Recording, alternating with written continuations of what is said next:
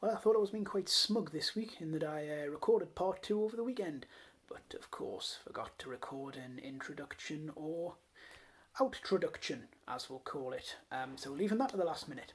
Anyway, this is part 2 of the first branch of the Mabinogi, which is a Celtic epic, we'll say, in that it takes a lot of cultures into account. Anyway, babbling, get to the point. You can either go back and watch part 1 so you know what's happening, or quick conclusion is that Pwylf, still hope I'm pronouncing that right, Pwylf, the king of Dafydd, was out on a hunt and he saw a stag and hunted it down. It turned out that the stag was from the magical land of Anwen and was being hunted by the lord of that land, Arawan. And to make up for his mistake, Pwylf has gone to the magical land of Anwen, taking on Arawan's place and his look through magic, and he's going to fight a giant of a man called Halfgan. He did find himself in a bit of a conundrum at the end of part 1, in that he is in bed with Arawan's wife. So let's find out if he defeats Halfgan and if he maintains his honour. Here is part 2 of the first branch of the Mabinogi. Enjoy. The days became weeks. The weeks became months. The months became a year. Pwylf lived the life of Arwen. He hunted, he danced, he feasted. He had never known a people so fair and wise and just. And every night he lay beside the king's wife. All too soon it seemed the day was upon them. Every man, every woman, no matter of which station, followed Pwyll down to the water, down to the ford. And there, waiting on the other side, dressed in red and white, was a giant of a man, Halfgan. Around him stood his soldiers, also dressed in the same red and white.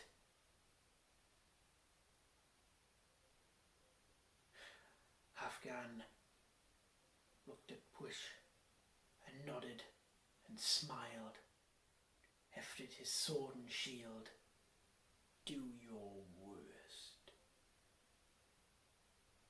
They charged at each other. Pwylf raised his sword with all the strength in his arm, swung it against Halfgan, shattering his shield. The sword embedded in Halfgan's neck, the blow forcing him from his horse into the river, where the clear water was turned a dull red. Halfgan looked up. Finish me! Strike me again! Blood spattered from his nose and mouth. Pwylf looked down upon him and shook his head. Halfgan's eyes widened. You are not him. You know my secret, yet you are not him. Why would you do this to me? What have I ever done to you? Pwylf could not look. He turned away, looked at the men on the other side of the river. Who is your king? They answered back, you are. Pwylf handed his sword to one of his men and rode off back to where he had first met Arwen. It was strange. It's like coming across a reflection of himself. There he waited, astride a black horse, dressed in green and red. And as he passed himself, became himself again, as Arwen became himself. Have you done what I asked? Wolf nodded. Return to your land. You will see what I have done for you.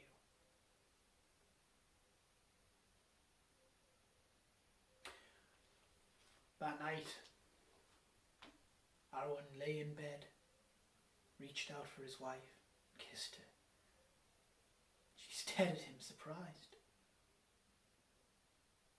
What's the matter?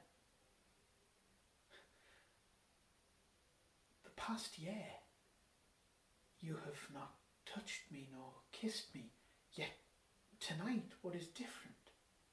Arwen laughed. What a friend I have in Pwyll.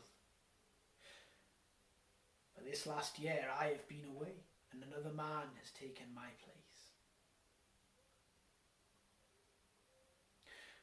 Wulf returned to his land, and he asked his people, his friends, what kind of a man he had been for the last year. They were confused. My lord, for the last year you have been wiser and shown more generosity than we have ever known. Why do you ask? For this last year I have been in the magical land of Anwen. Lord of that land, Arwen has ruled in my stead. My lord, promise us you will try to rule as he ruled.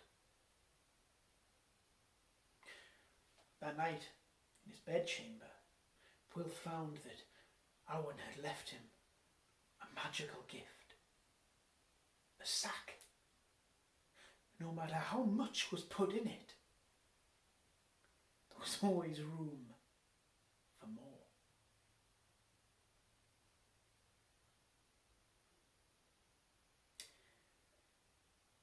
A year passed. Pwyll still longed for adventure. He sat in his hall, feasting, laughing, and he stood. My friends, the thread of days unwind without a knot or a kink. Not far from here is the Hill of Arbeth. I have heard that if a prince or a king should climb that hill, he'll be either cursed or blessed. On this day I shall ride to the hill at Arbeth, and I shall climb it. Perhaps I shall end up cursed. Perhaps a blessing will be upon me. But either way, I will return with a story to tell. Pwyll's court cheered their brave king and raised their glasses. They followed him out across the land. They saw the hill rise, a great forest. They rode up to the top. The only sound was birdsong. The clearest, most beautiful and sad birdsong that they had ever heard. And a mist settled across the land beneath them. Out from the forest came a white mare with a white cloaked figure upon its back. The figure of a woman who reminded Pwyll of someone. Bring her to me, he commanded. One of his riders rode down the hill and they watched. They rode through the mist. But it was a strange chase. the white horse simply trotted along. Well, Pwlf's rider, no matter how fast it seemed to approach, seemed to get no closer.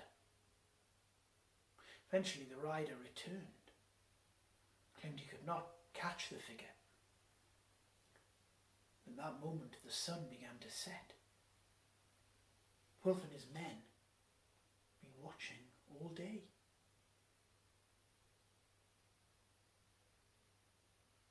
They returned the next day, but this time, when the mist settled, when the rider appeared from the trees, Pwlf brought with him and sent down his fastest rider. But again, the white horse, seemed to move in slow motion. Pwlf's rider, no matter how fast, got no closer. Eventually the rider returned. If I come and catch her, no one can.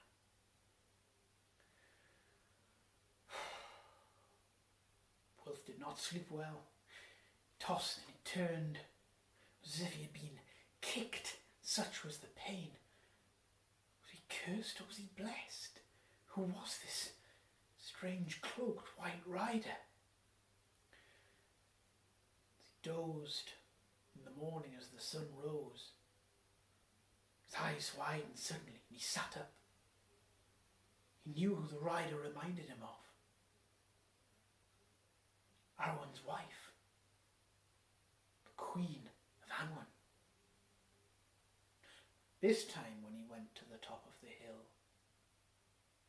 this time when he waited for the mist to settle, this time when the rider emerged from the trees, he rode down himself and he called out, "Please, for the sake of the man that you love most, please stop." The rider stopped and turned. It would have been easier if you had said that several days ago. She drew back her hood. "My name is Rhiannon, and I come from the magical land of Anwen. My sister is the husband of your friend Arwen. She told me of your gentleness and kindness to her, and I hope now that you can help me. While you may have defeated Havgan, his brother, Gwal the Bear, is just as cruel, just as savage. He has set his sights upon having me as his wife, unless I can find another who may marry me." Pwlf took her hands in his own and stared at her. "If you were to marry me, I would marry you. You are reckless. Be careful, think before you say such things." Pwlf thought. He thought of his adventure in the land of Anwen. He thought of returning there. "Rhiannon, if you were to marry me and have me as your husband, I would marry you, take you as my wife."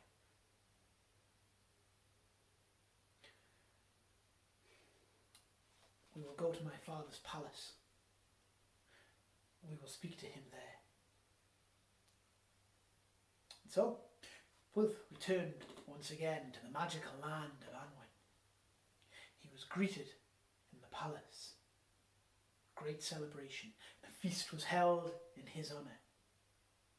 He was dizzy with happiness and joy at sitting next to the woman that he loved. During the feasting, a stranger, cloaked and hooded, entered the hall. He stood before Pwlf. "I would ask a favour of you. Anything.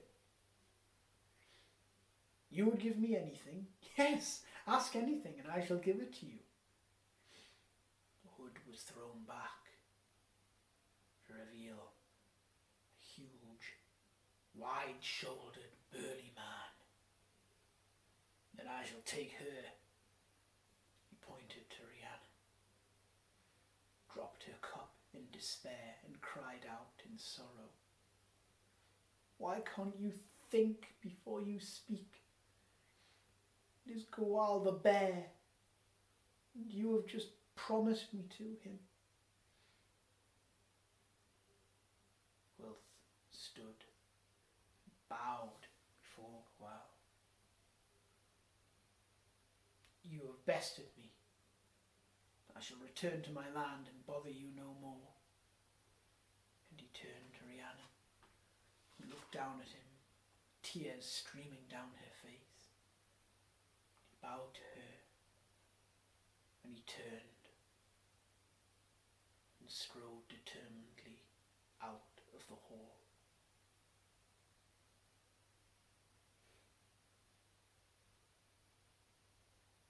Oh, another cliffhanger. There we are. So next week will be the concluding part of this first branch. Will he win back Rhiannon? Will he defeat Goal? There's only one way to find out. Actually, there's two ways to find out. You can return next week and see me tell this, or you can read ahead in your own copy of the Mabinogi if you so seek it out. I am using this version. It is called The Tree of Leaf and Flame. It is by the incredibly talented Welsh storyteller Daniel Morden. There are links to his work on last week's story. I'll put them in the notes again so you don't have to troll back. Plenty of other versions of the Mabinogi rolling about, but you could do both. You could read to see what happens, and you could see if my telling compares or is as good. Will I pronounce the names correctly? Will I pronounce them the same? There's definitely only one way to find that out. So, next week, the final part, and then I haven't decided whether I'll go straight into branch 2 or maybe have a break and tell a bit of a classic fairy tale. Who knows what's going to happen? I certainly don't. Anyway, I hope you're all enjoying the very hot weather we're having at the moment. I hope you are still being sensible, because I know lockdown's easing. It's still out there though, this COVID-19. It's not gone away. So look after yourselves. I'm doing a bit better. I'll not go into that now. I'll put something up over the weekend. Yeah, just, scratch up your nose. So yes, take care of yourselves, and I'll be back next week, and hopefully you will be as well. Bye for now.